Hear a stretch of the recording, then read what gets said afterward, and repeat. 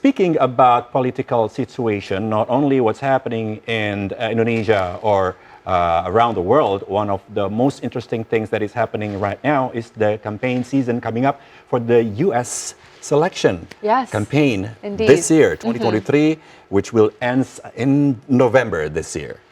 Yes, that's true. It will end in November of this year, and it's following the journey. It's been quite interesting, as you It said, is. Uli, to see this. And actually, right now, to discuss more about this, we will be in conversation really soon. So the Republican primary in the United States is down to a two-person race.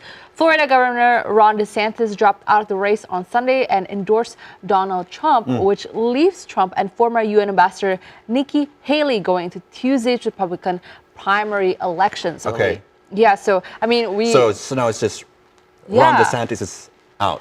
I mean, he's out of the race. Okay. Which is, I guess, quite a surprise as well on this, but I guess you never know. And I would love to learn more about this. So on the line, we do have Voice of America's Chris Casquejo, and is live in Manchester, New Hampshire, where the polls have not closed and where they are reviewing the results. Well, Chris, you've been at the polling place all day in New Hampshire. Can you please tell us more about the situation there right now?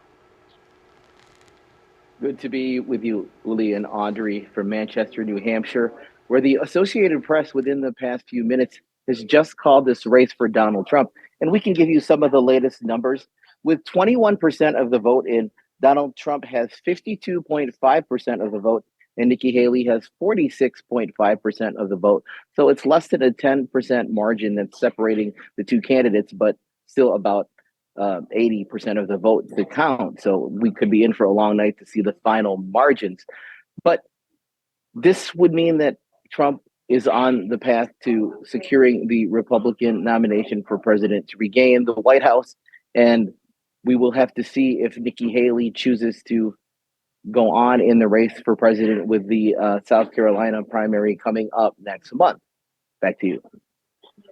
Chris, Nikki Haley is now the only alternative to Trump on the Republican side. What is her pitch to the voters? Well, Uli, Nikki Haley really made a strong push to attract moderate Republicans here in New Hampshire. Undeclared voters make up more of the electorate here than Democrats and Republicans.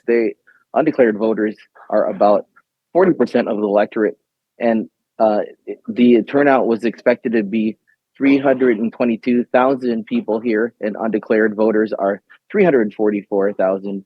And the turnout was expected to be around 70%. So there was very high interest in this election.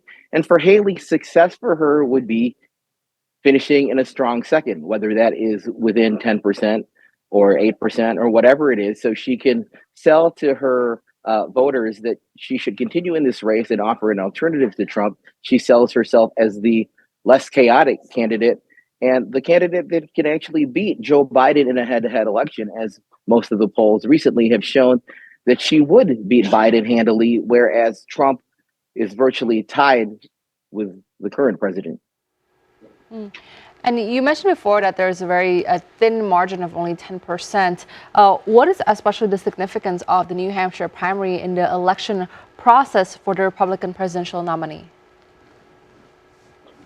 Well, it's the first in the nation, and whoever wins this race has momentum going into South Carolina primary. And this was really seen as Nikki Haley's best chance to win a primary because it has a more moderate voting population electorate, whereas South Carolina has a much more evangelical conservative voting base, and that really skews towards Donald Trump because of his very right-wing positions on immigration, border security, abortion. So those are the things that we should be looking ahead to see whether Nikki Haley wants to stay in this race or whether she has the backing to stay in this race, and whether voters actually will come out to turn out for her as these primaries continue to go on, because right now she's polling 30 points behind Donald Trump in the upcoming primaries.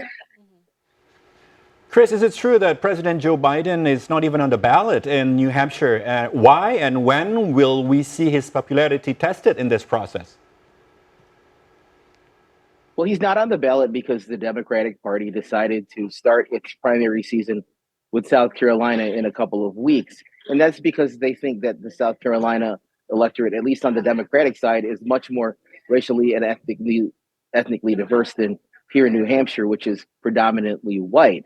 So Biden supporters here embarked on a very strong write-in campaign, and he's still expected to win this primary with about 92% of the vote. So we'll have to see what the results are when the nights go on. But there are definitely a lot of write-in votes in this voting location in Manchester, New Hampshire, which is one of the largest cities in New Hampshire, and this is one of the largest wards in Manchester. A write-in candidate, we don't know if it's Biden, but we can presume it's Biden, got more than 500 votes. Chris, last question. How's the mood of the American people about this political process observed from the media's point of view?